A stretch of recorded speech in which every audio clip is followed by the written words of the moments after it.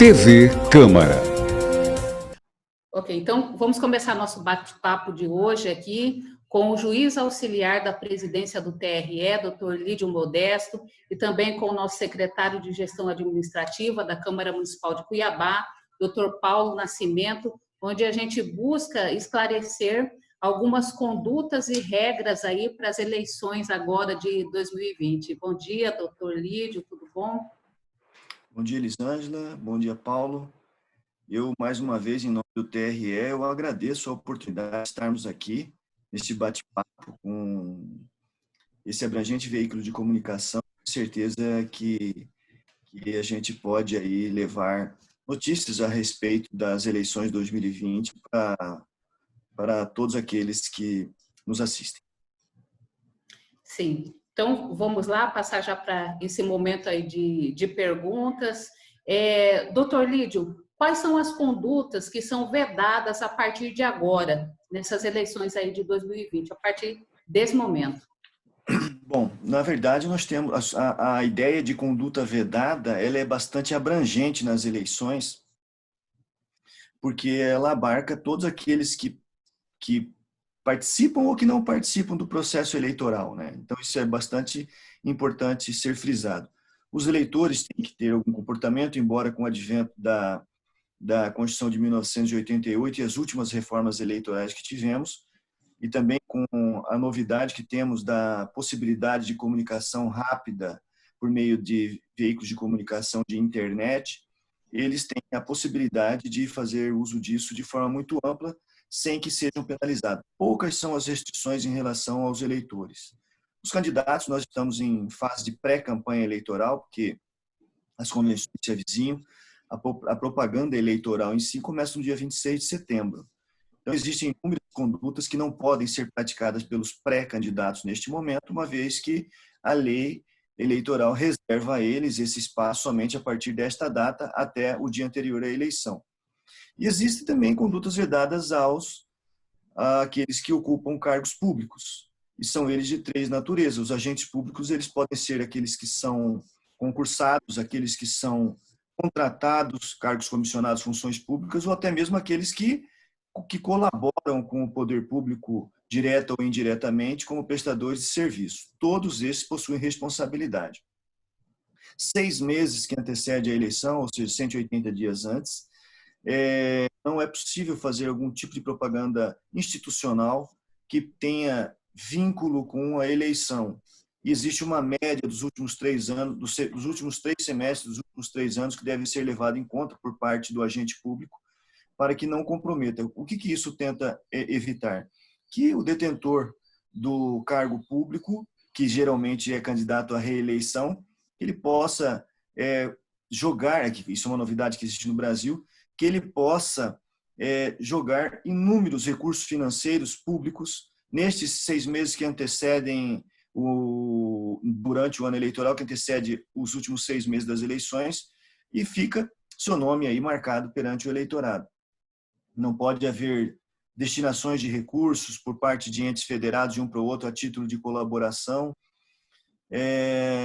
porque existem possibilidade de determinado detentor de cargo público encaminhar dinheiro para alguém que seja de sua afinidade política, e isso certamente quebra o princípio que deve nortear todo o processo eleitoral, que é o princípio da igualdade de condições, a paridade de armas que todos os candidatos devem ter. Nomeação de concurso público são condutas vedadas nos últimos 3 meses que antecedem o pleito, participação de inauguração de obras públicas por candidatos que ocupam cargo público e estão aí prestes a competirem em uma reeleição. Ou seja, são inúmeras as situações que são vedadas neste período que antecede. Com relação ao candidato, como eu disse, lhe é reservado nesta fase de pré-campanha eleitoral o direito de lançar seu nome, de participar de entrevistas, de dizer para que veio, o que pretende. Ele pode tecer críticas com relação a quem ocupa algum determinado cargo público. Eu sempre digo que participar de um processo político não é para sensíveis, porque as críticas podem ser ácidas, satíricas, e isso evidentemente ocorre. O que não pode haver é crítica contendo inverdade, que são hoje conhecidas como fake news, né? Isso descambar até mesmo para se transformar em crimes, não somente de natureza eleitoral, mas de natureza penal mesmo. Nessa De questão modo do que deve ser muito fake parcimonioso. news, a questão do fake news, doutor, como o TRE vai buscar meios aí, até mesmo para se proteger e proteger os candidatos quanto ao surgimento de fake news, tendo em vista que essa campanha aí a gente vai direcionar ela quase em 70% aí no formato online, né? Acredito que sim. O TRE e o TSE, principalmente, têm se programado já com bastante antecedência com relação a esse aspecto. Tanto é verdade que na resolução 23.610, que trata da propaganda eleitoral para as eleições de 2020, que foi editada no final do ano de 2019 pelo TSE, há um tópico específico no que ele chama de desinformação, que são as fake news. Né? As fake news elas podem ser de toda a ordem. Elas podem ser não somente por notícias, como ela pode ser também por meio de áudio, de vídeo, né? Que são chamados deepfake, que servem para, ao invés de se utilizarem esses mecanismos de comunicação para edificarem uma campanha eleitoral, muitas pessoas lançam mão desse artefato tecnológico para desconstruir imagens, para criar estados mentais ou passionais nos eleitores, e isso o TSE é vedado em lei, e o TSE, assim como o TRE, tem se preparado. Tanto é verdade isso que nós já montamos e já instalamos o Gabinete de Gestão Integrada aqui em Mato Grosso, e ele serve para cuidar da segurança das eleições, e isso aí abarca também as situações afetas às fake news, né, às desinformações, e também a logística da eleição. O gabinete ele é formado pelo TRE, eu o coordeno, e também pelo Exército Brasileiro, pela Polícia Federal, pela Polícia Civil, pela Polícia Militar e, sobretudo, utilizando das ferramentas de inteligência que são usadas por essas forças de segurança públicas. O TSE também implantou um grande grupo de pessoas que estão antenados e com eles também estão vinculados aquelas certificadoras de notícias, para que imediatamente, se uma notícia venha a ser publicada e possa enganar o eleitor, que ela seja desconsiderada, desnaturada por parte do TSE imediatamente. Então, nós estamos preparados. Temos também feito vínculos institucionais do Estado brasileiro com essas empresas internacionais que são donas dos mais conhecidos veículos de comunicação imediato, esqueci o nome agora, como que chama essas empresas? Tipo Facebook, o Twitter, o Sim. WhatsApp. As empresas são e também o Instagram. Esses três últimos são do mesmo dono, né, que é o dono do Facebook, e essas empresas têm estado em contato conosco da Justiça Eleitoral para que possamos ter uma resposta mais imediata. Tanto que a nova legislação eleitoral que tivemos em 2019 diz que as empresas têm que nos dar resposta a uma decisão judicial no máximo em 24 horas. Quais seriam aí as tratativas e as medidas mesmo de punição para quem for pego propagando notícia falsa, os fake news? Bom, nós temos esses mecanismos, né, de rastreabilidade. Não existe possibilidade alguma de não haver a rastreabilidade. Pode ser que haja uma demora, mas existe sim a possibilidade de rastreabilidade de quem criou e de quem propagou. É imperioso destacar que se trata de um crime hoje reconhecido, penalizado com multa para quem cria e cadeia de detenção para quem cria. Agora, quem encomenda é muito pior. Né? Quem encomenda, a pena é muito maior, o valor, e a pena é de reclusão, a pena é bem mais alta do que quem cria. Porque quem cria foi pago para fazer o serviço. Agora, quem teve a ideia maquiavélica, ele paga muito mais. Isso pode descambar aí para a prática de um crime ou de uma improbidade ou de um abuso dos veículos de poder por parte dos veículos de comunicação, e isso pode acarretar a ele a cassação de seu registro ou a cassação de seu mandato, caso tenha sido eleito. Sim. Doutor Paulo,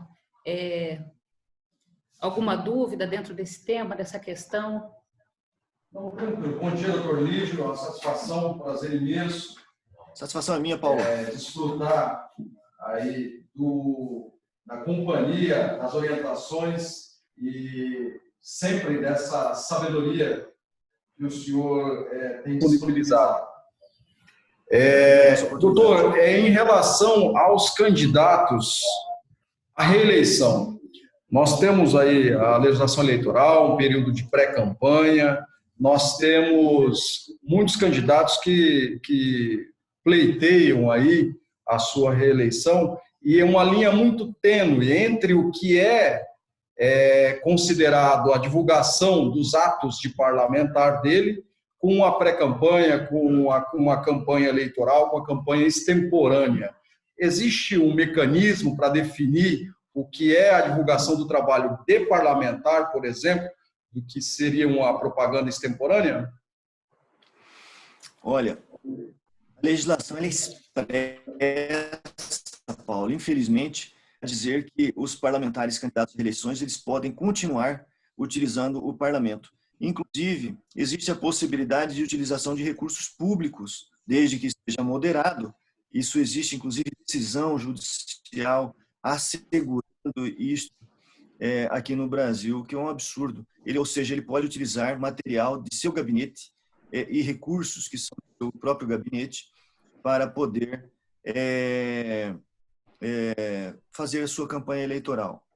É evidente que ele deve ter essa divisão tênue entre ser parlamentar e ser candidato, mas, infelizmente, também existe a possibilidade de fazer propaganda eleitoral até mesmo dentro da Casa Legislativa. Essa é uma exceção à regra, né? E isso faz, claro, que haja, do meu ponto de vista, inclusive eu cito isso no meu livro de propaganda eleitoral, que existe um descompasso muito grande entre o indivíduo que está lançando-se agora ao cenário político com aquele que já ocupa um cargo público e está todos os dias utilizando os veículos de comunicação e abrangentes veículos de comunicação e fazendo sua campanha eleitoral, fazendo com seu nome, como que sua imagem fique impregnado na mente do cidadão comum.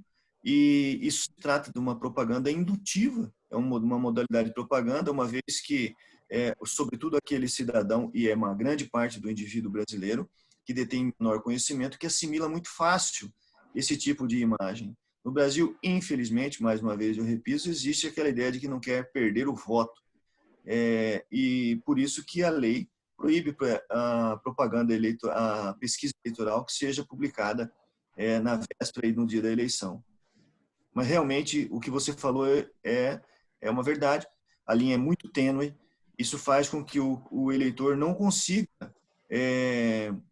descortinar este véu e entender por que em determinado candidato pode estar utilizando veículo de comunicação neste momento em que é proibido daquele que é um indivíduo, por exemplo, no cargo de vereador, que você sabe muito bem que nos municípios, nos rincões mais distantes de um estado grande como é Mato Grosso, que presidente de bairro, indivíduos simples, eles participam das campanhas eleitorais tentando almejar uma vaga nas câmaras municipais.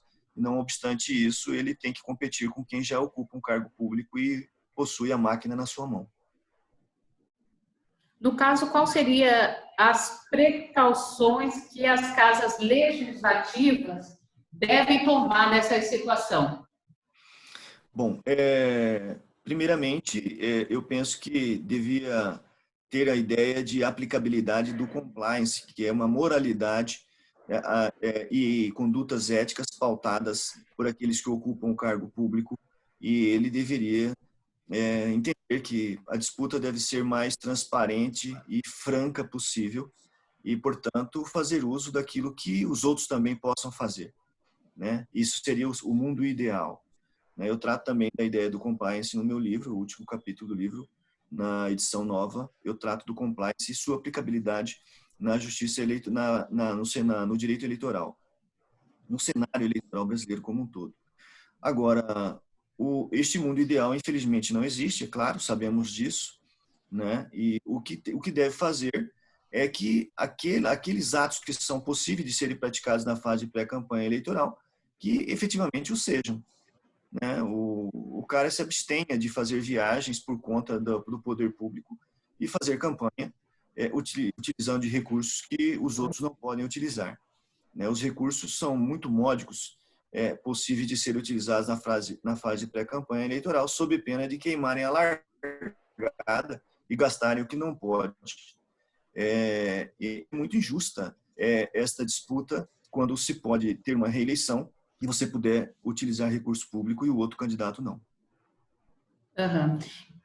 De forma assim, bem técnica, até para o público atender, o vereador que for também pré-candidato, ele pode participar das sessões, ele pode produzir matéria dentro das câmaras. Vamos lá. O artigo 37, parágrafo 3º da Lei 9.504,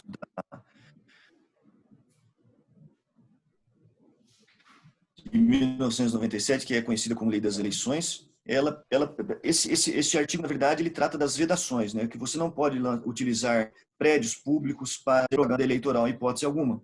No obstante, este parágrafo ele faz uma ressalva a esta proibição, dizendo que nas casas legislativas também pode haver propaganda eleitoral, desde que a mesa diretora permita. E é claro que as mesas diretoras geralmente permitam esse tipo de propaganda. Agora, essa propaganda deve ser realizada de forma parcimoniosa, porque deve ser feita por banner, por faixas, e de maneira que ela possa ser retirada imediatamente, terminar a fase de campanha eleitoral. Agora o eleitor tem que ter ciência de que as pessoas que ocupam cargo público, ainda que algumas possuam as suas profissões, são advogados, são médicos ou são qualquer outro, empresários, eles também, quando estão exercendo, imbuído da sua atividade parlamentar, eles estão trabalhando e nós pagamos para esse pessoal trabalhar, eles têm que trabalhar todos os dias. E, inclusive, já trabalham somente uma vez por semana, ou 2 ou 3 vezes por semana. Eles devem produzir legislação, fiscalizar o Poder Executivo, isso com constância.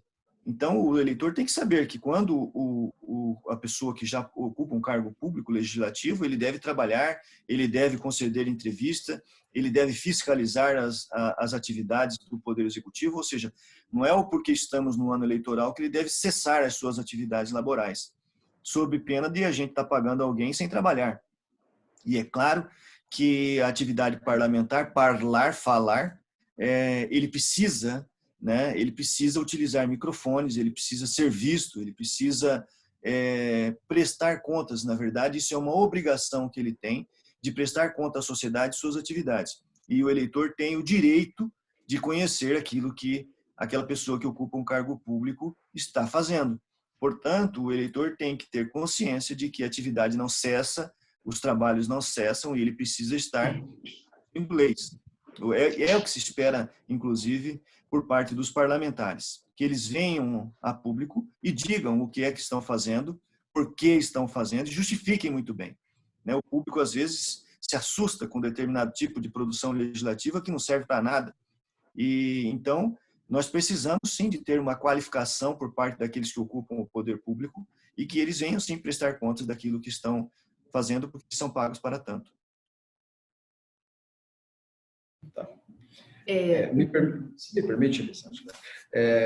Doutor, esse ano nós estamos atravessando uma pandemia, nós estamos diante de uma eleição onde não existe mais as coligações aí para os candidatos ao cargo de vereador. É uma eleição diferente, é uma eleição atípica, nós vamos ter aí, devido à questão da pandemia, devido à limitação que os candidatos terão do contato físico com as pessoas, qual que é a perspectiva ou a expectativa da Justiça Eleitoral em relação a essa situação atípica que estamos vivendo e diante dessa questão das coligações, onde não teremos mais aí para o cargo de vereador, cada um vai ter que conquistar uma quantidade de votos necessária para alcançar a sua vaga?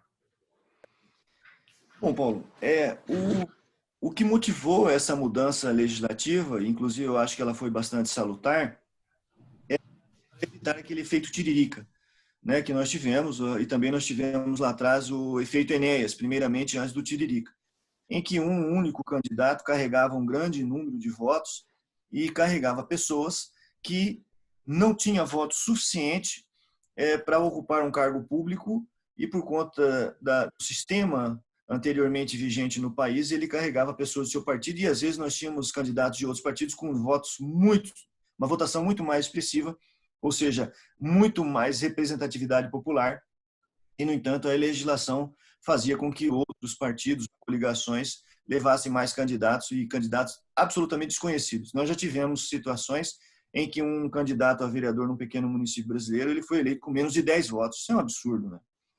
Nem a família dele votou nele. Então, isso precisava cessar. Agora, hoje não. Hoje nós temos a possibilidade apenas de uma chapa pura por parte dos partidos políticos. Então, eles vão selecionar melhor, faz com que as candidaturas laranjas sejam diminuídas. Eles não podem mais pegar alguém só porque tem dinheiro, só para completar taxa, né, prevista por lei. Agora eles precisam qualificar melhor os seus candidatos, ou seja, eles precisam levar pessoas que efetivamente possuem um número de pessoas suficiente que acreditam nele e que possam votar nele. Isso melhora para o eleitor.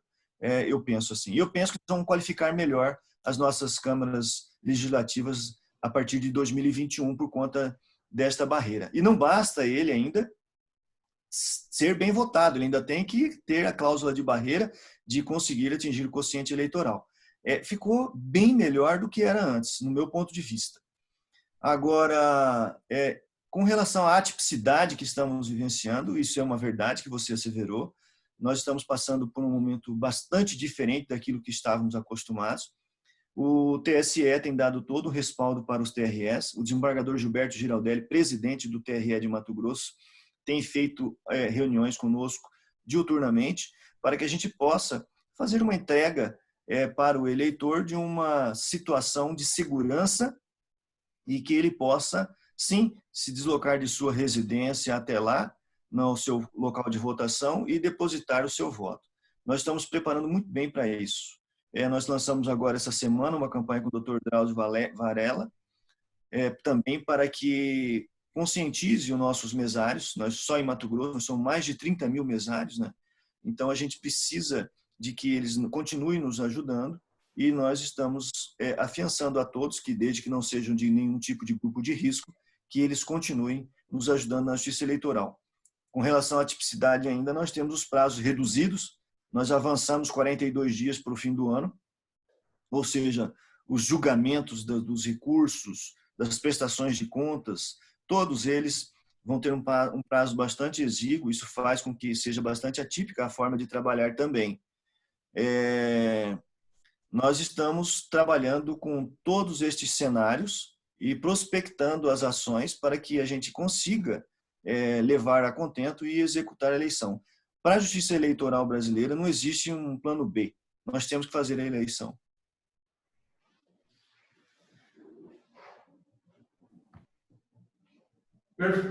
Perfeito, doutor. O senhor citou a questão dos mesários, né? A Justiça Eleitoral ela trabalha com a quantidade de mesários voluntários, mas mesmo assim não é suficiente. Então, os mesários começaram a ser convocados. Quem é que não pode ser mesário? Filiado a partido político pode ser mesário, parente de candidato pode ser mesário. Dá para o senhor esclarecer isso para nós, por gentileza? Sim, o que a legislação impede são esses que você disse, né? Pessoas que possuem grau de parentesco com o candidato, pessoas que têm grau de parentesco com pessoas que trabalham na justiça eleitoral, e pessoas que possuem algum tipo de vínculo com o processo como um todo.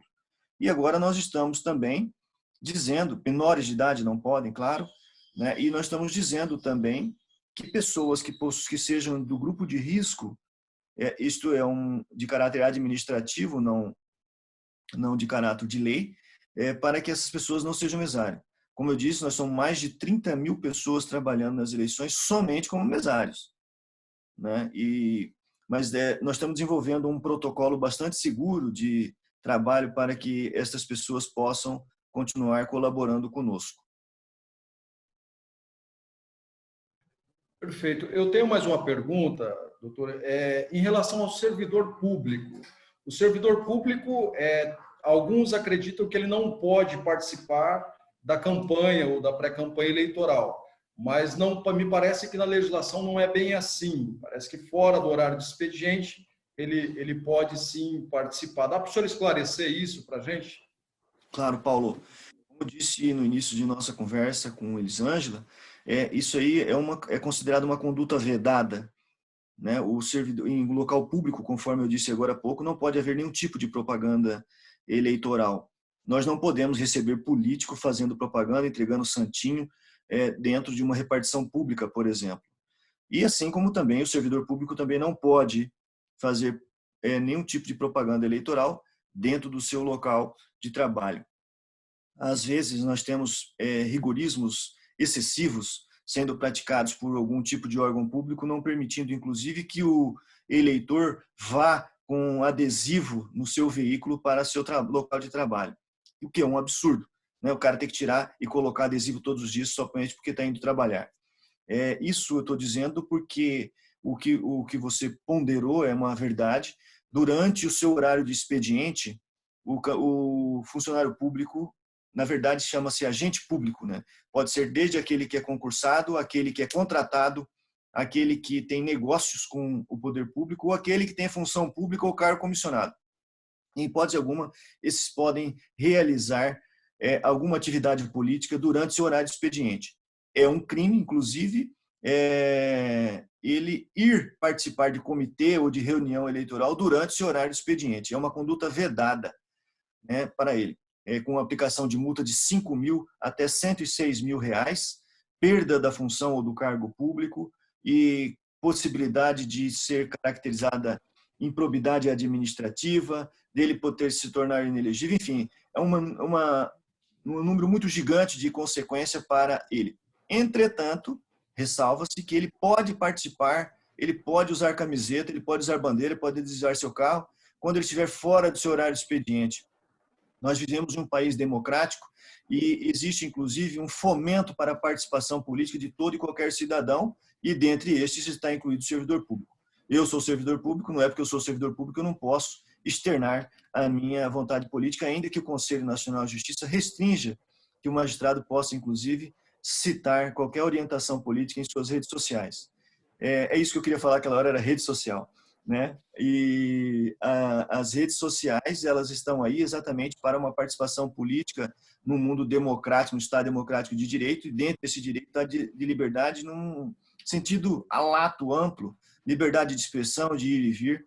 Portanto, o servidor público, eu sou servidor, sempre fui servidor público, ele sim tem o direito de participação nessa festa cívica e democrática, desde que não o faça dentro do seu horário de expediente.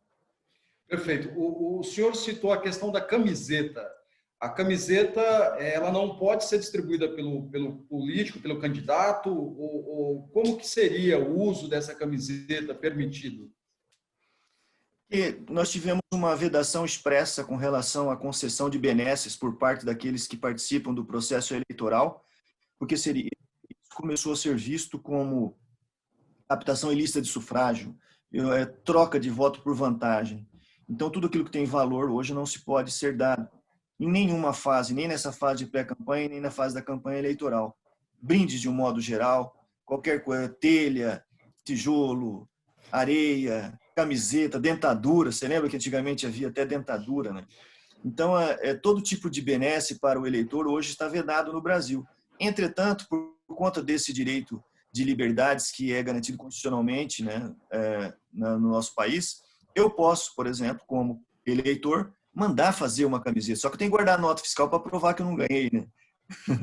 E eu posso confeccionar. Isso. Então o eleitor ele pode confeccionar uma camiseta dele, com o dinheiro dele, custeada por ele, e pode, não está proibido a utilização. O que não pode é o candidato doar, ou o candidato mandar fazer essa camiseta e entregar para o eleitor. É isso? Exato. Com relação à camiseta, bandeira, dísticos, né, que são broches, enfim, o eleitor ele pode mandar fazer para ele próprio. O que não pode ele pode inclusive votar utilizando essa bandeira que ele confeccionou. Ele pode usar esta camiseta que ele confeccionou no dia da eleição, ele pode ir para a fila de votação dessa forma. O que ele não pode é fazer manifestação. Ele pode fazer uma manifestação silenciosa, porém ele não pode fazer uma manifestação barulhenta, não pode aglomerar com outras pessoas que possuem a mesma afinidade política, porque ele vai ser convidado a se retirar do local de votação e poderá ser enquadrado pela polícia eleitoral no dia das eleições. Mas ele pode sim fazer uso, hoje, se ele quiser, de uma camiseta que ele tenha confeccionado. Perfeito. Aproveitando ainda, doutor, falando da questão do uso de símbolos, enfim, a marca de uma gestão, hoje é uma eleição municipal, nós sabemos que tem várias prefeituras, câmaras municipais, enfim, o estado de Mato Grosso, acho que 141 municípios, e cada um tem uma marca, uma logomarca. Como fica durante o período de pré-campanha? O município, por exemplo, poderá usar essas marcas em placas de obra, inauguração, dentro do prédio. Como que fica a questão da marca, da gestão, durante o período de pré-campanha e da campanha eleitoral? Paulo, a lei trata isso como símbolos públicos. Uma confeccionada arte por um determinado vitorioso em uma campanha eleitoral, geralmente são marcas utilizadas pelo Poder Executivo, e aí são colocadas em placas, nos veículos, enfim. O que não pode ser, a partir do momento que ele cria essa arte é incorporada no poder público. E daí ele não pode lançar mão deste tipo de recurso em suas campanhas eleitorais. A partir do momento que ele lançou, fica para o Estado, fica para o município, fica para o poder público. Se ele fizer isso, ele está incorrendo em violação da lei. A lei ela é bastante severa com relação a isso, permitindo apenas a utilização de alguns símbolos públicos, que são os conselhos oficiais. Brasões municipais, brasões estaduais, brasão nacional, bandeiras podem ser utilizadas, como, por exemplo, quando um determinado candidato vai fazer uma propaganda para ser veiculado na transmissão, na propaganda eleitoral gratuita em rádio ou em TV, geralmente ele utiliza a mesma propaganda, ele pode ter ao seu fundo o brasão, uma bandeira do município ou do estado que ele concorre, ou até mesmo do país, se for uma eleição presidencial, como é comum vermos. Entretanto, estes símbolos que são absorvidos pelo poder público, eles não podem. Inclusive, é bom que se evite, porque certamente pode ser objeto de algum tipo de ação, a utilização das mesmas cores que vinculam ou que induza o eleitor a entender que aquele candidato é aquele que fez um determinado trabalho. Porque o candidato também, a gente sabe que campanha eleitoral não é para bobo, ele só utiliza as cores quando o governo é bom. Se é ruim, ele evita utilizar a cor, o símbolo, ele passa longe. O candidato a vereador não quer nem saber de prefeito ruim. Então, é por isso que é incorporado e é proibido, né? Para que não haja uma utilização indevida daquilo que não é particular e se tornou público. Perfeito. Ok. Doutor Lídio, como vai funcionar o sistema da vaquinha online? Eu vejo que os pré-candidatos, os candidatos, as pessoas estão ainda com muitas dúvidas em relação ao uso da vaquinha. Bom, permanece da mesma forma. A vaquinha não foi uma novidade da eleição passada, ela já tinha disponibilidade dela na eleição anterior, né? É uma modalidade que tornou bastante conhecida com a eleição do governo Barack Obama nos Estados Unidos.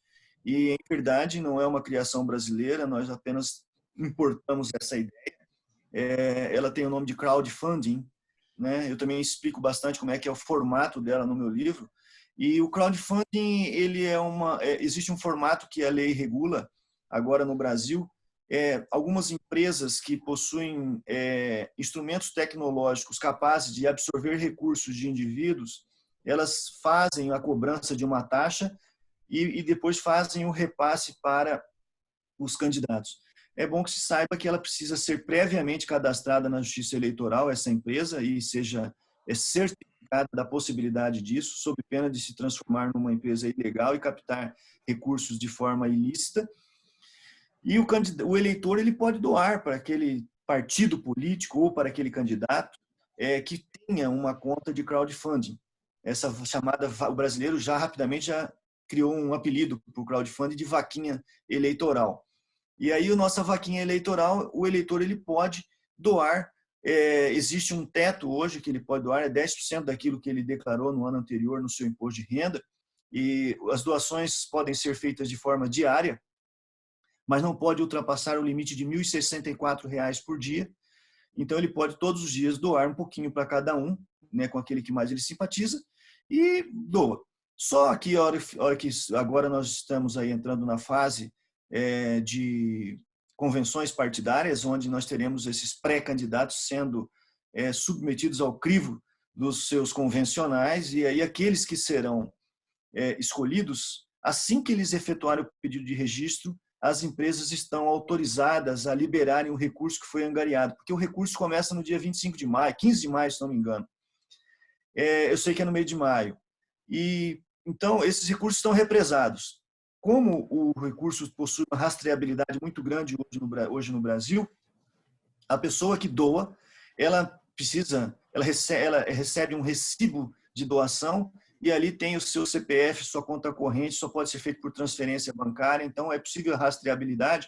Se o candidato que ela doou não foi escolhido, teve o seu registro deferido, o dinheiro lhe é devolvido, não é mais absorvido por partidos políticos, como eram as doações antigas. Então, o cara só pode meter a mão no bolo e começar a gastar a partir do dia 26 de setembro, desde que tenha o seu registro tenha sido escolhido nas convenções partidárias, porque daí, uma vez escolhido, ele possui conta corrente, CPF de campanha, e aí ele pode sim passar a movimentar os recursos, somente após ser submetido ao crivo de seus filiados partidários. Portanto, esse dinheiro fica represado até este momento. Perfeito. Elisa, só mais uma pergunta. Fica à vontade. Doutor, eu vou fazer duas perguntas em uma. Você falou só uma. A questão da cota feminina. Na eleição municipal de 2016, parece que houve alguns problemas aí com alguns candidatos, alguns partidos, enfim. E como que está isso, como que é? Dá para o senhor dar uma explanada para a gente? E a outra questão é do disparo de mensagens via WhatsApp, tal, para pessoas que não solicitaram, não sabem quem são, mas de repente os candidatos começam a disparar. Como que vai ser essas duas situações para a Justiça Eleitoral? Tá bom. Todas as duas questões que você me submete, elas são previstas em lei. A participação feminina, é evidente que existe um levante mundial a respeito da participação feminina em tudo. E em 1995 nós tivemos na China a Convenção de Beijing, em que foi decidido naquela convenção que as mulheres deviam ter uma maior participação em todos os cenários possíveis, dentre eles o cenário político. E o Brasil vem evoluindo muito pouco com relação a isso. Hoje nós temos uma evolução bastante sensível, pequena a respeito disso, porque nós tínhamos a cota partidária de 30% e para mulheres, ou seja, cada uma mulher já estava garantido 2 homens. E agora nós tivemos uma mudança singela agora no ano de 2009, que disse que essa cota de 30% é por sexo, ou seja, 70% pode ser mulher e 30 homem. Teríamos que ter, com essa cultura machista brasileira, um partido composto somente para mulheres e elas aí cederem espaço para 30% de homens, porque isso jamais ocorre. E essa pequena melhora que aconteceu, dizendo que é por sexo e não para o sexo feminino, os 30%, e que não adiantou muito, né, fez também com que houvesse a necessidade de destinação de recursos de 30% também para o sexo que ocupar os 30%, que sempre é o feminino no Brasil. Acontece que nós não tivemos, esse sistema de cota não tem funcionado no Brasil, nós temos uma inexpressiva participação. Eu não sei se isso é cultural, eu não tenho resposta para isso, se mulher não vota em mulher, se a confiança é mais sobre o sexo masculino, eu desconheço antropologicamente por que isso ocorre, sociologicamente por que isso ocorre, mas enfim, as mulheres têm uma participação de menos de 10% na política. Em 2006 cresceu para 8,8%, 2014 um pouquinho mais, e nós estamos subindo, é bastante reduzida essa participação. Mas, como eu disse que política não é para ingênuos, quem faz a lei, ele sabe por que faz, e ele não precisa de binóculo para enxergar longe. né, como nós, meros mortais, eles acharam brechas para conseguir colocar pessoas que nem mesmo sabiam que estavam participando, e as mulheres passaram a ser utilizadas como fantoche, e foram, mais uma vez, o brasileiro criou o nome para ela, de laranjas, né, candidaturas laranjas. E as mulheres têm sido vítimas, muitas vezes, de partidos políticos, elas simplesmente cedem suas documentações e elas participam, infelizmente, e depois não prestam conta, e depois vem severas restrições à sua vida civil por conta, e política, né, por conta dessa situação, porque elas são verdadeiramente abandonadas. Elas nem sabiam que estavam participando e são abandonadas. Eu já tive caso, inclusive, lá no TRE, de uma pessoa, uma família que estava viajando para o exterior, e a mulher estava com seu passaporte vencido e ela não pôde viajar por conta de que ela não tinha prestado contas de sua campanha na Justiça Eleitoral, e ela nem tinha participado da campanha eleitoral. Há casos, inclusive, que as mulheres possuem 0 votos, ou seja, elas recebem o dinheiro e passam para os homens. Elas participam cedendo apenas suas documentações. Elas são verdadeiras vítimas. A gente espera, e o TSE tem fomentado a participação feminina, inclusive lançou agora em 2020 uma cartilha explicando para as mulheres por que elas devem participar, como elas devem participar, qual é a sua importância no cenário político brasileiro, e também como ela faz sua propaganda eleitoral e com relação aos recursos eleitorais a que ela tem direito na participação política. É bastante interessante, foi criado por uma ONG em parceria com o TSE e com a Câmara de Deputados Federais. É interessante que as mulheres tenham ciência disso e participem mais da política brasileira.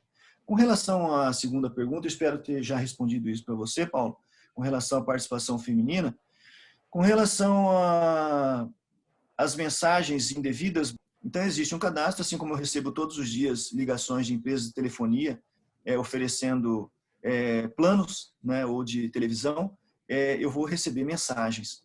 Mas as mensagens que são disparadas, os disparos que são impulsionados, inclusive, né, por parte de candidatos, isso hoje é permitido, né, é a única propaganda paga que é permitida na internet, é o impulsionamento de mensagens, o resto na internet tudo é gratuito.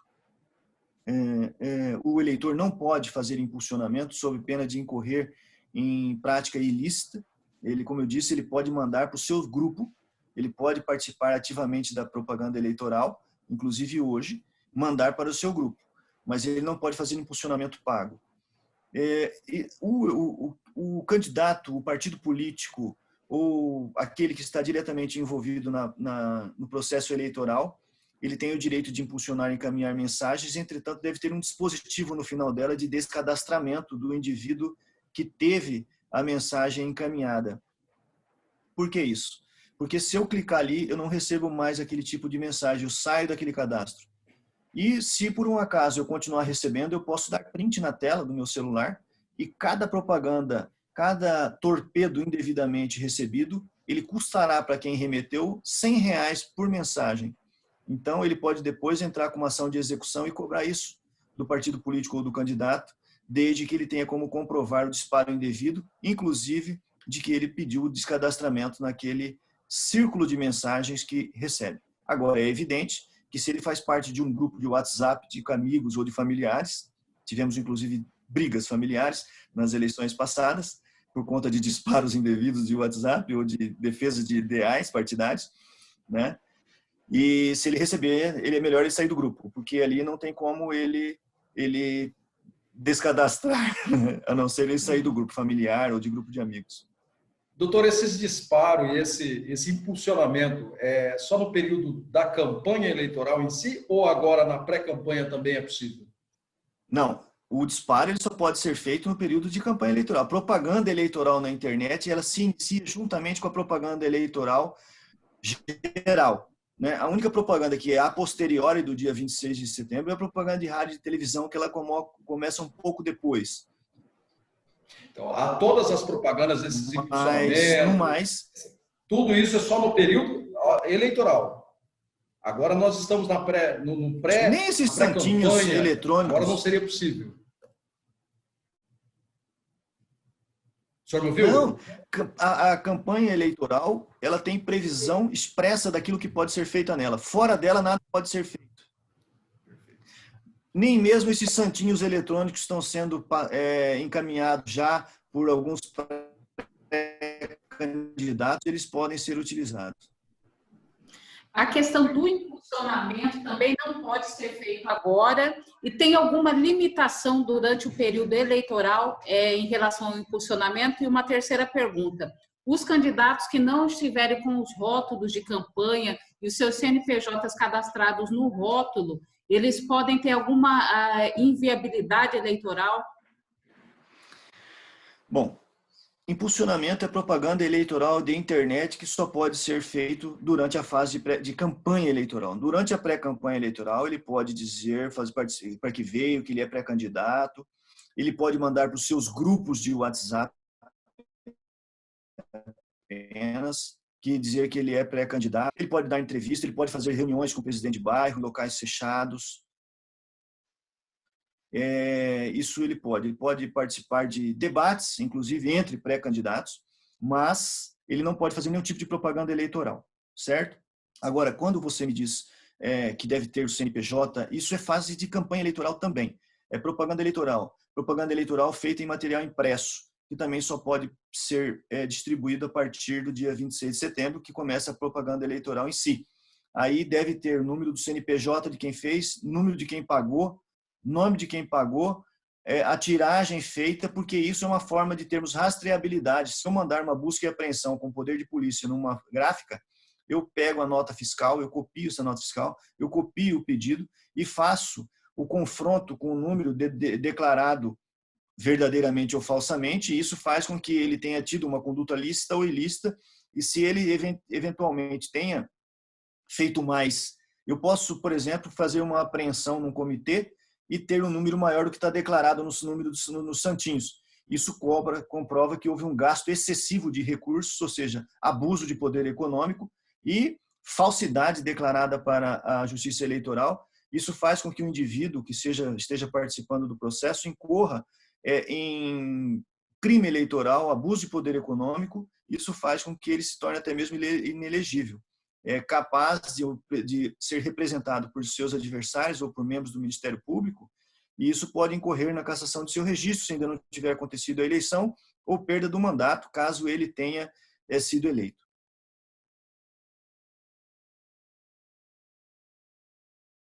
Gostaria de ficar aqui conversando com o senhor nesse bate-papo, nessa aula, o dia todo, mas entendemos os compromissos que o senhor tem, e eu agradeço imensamente aí esses esclarecimentos para a sociedade, para nós, e precisamos sempre estar aprendendo. Muito obrigado, forte abraço, senhor. Doutor, só para finalizar, como vai ocorrer os procedimentos de denúncia nesse período e como as pessoas podem entrar em contato aí com o TRE? Certo. Nós temos a ouvidoria eleitoral, que consta o número dela, lá um 0800 no site. Nós temos também o próprio TRE, né, que você pode ligar lá. Nos municípios do interior, nós temos os cartórios eleitorais e também temos, não somente na capital, mas também nos municípios, os membros do Ministério Público, que também possuem a respectiva ouvidoria. E nós temos também a possibilidade de deslocarmos pessoalmente até a Justiça Eleitoral e formular denúncias. As denúncias elas não precisam ser identificadas. E também existe a possibilidade de o eleitor se entrincheirar, enfileirar conosco nessa polícia eleitoral e ajudar na fiscalização por intermédio do aplicativo Pardal, que existe disponível tanto pelo iOS, né, iOS ou pelo Android, de modo que caso ele encontre alguém praticando gasto excessivo ou algo que seja uma propaganda que ele repute ser indevida, ele não precisa ter certeza. Basta ele registrar aquilo, filmar pelo aplicativo ou bater uma foto pelo aplicativo. O aplicativo automaticamente georreferencia o lugar e encaminha para a Justiça Eleitoral. Nós temos casos de sucesso, inclusive com cassação de mandato de pessoas porque lançaram mão de atividades pautadas na falta de ética e da igualdade que deve prevalecer na campanha eleitoral, graças a um eleitor que registrou por meio do Pardal. Então, a gente pede, inclusive, que o eleitor ele busque ajudar a Justiça Eleitoral, porque nós temos um corpo reduzido de servidores, mas uma atividade gigantesca para ser feita. Ok. O senhor vê mais algum esclarecimento que o senhor acha que seja necessário a gente repassar para a população? Eu me coloco à disposição de vocês. Agradeço, Paulo e Elisângela, pela oportunidade de estarmos aqui. Sempre que quiserem conversar comigo sobre qualquer assunto da área eleitoral, estou disponível. E aproveito esta oportunidade de convocar o eleitor mato-grossense para ajudar nessa fiscalização e votar no dia 15 de novembro, assim como também peço que os nossos respeitáveis e colaboradores mesários possam mais uma vez estar conosco aí nesse processo gigante que é realizar uma eleição, sobretudo no estado de Mato Grosso, que tem um bioma muito complexo, formado por 3 ecossistemas distintos, né? Pantanal, que está pegando fogo, infelizmente.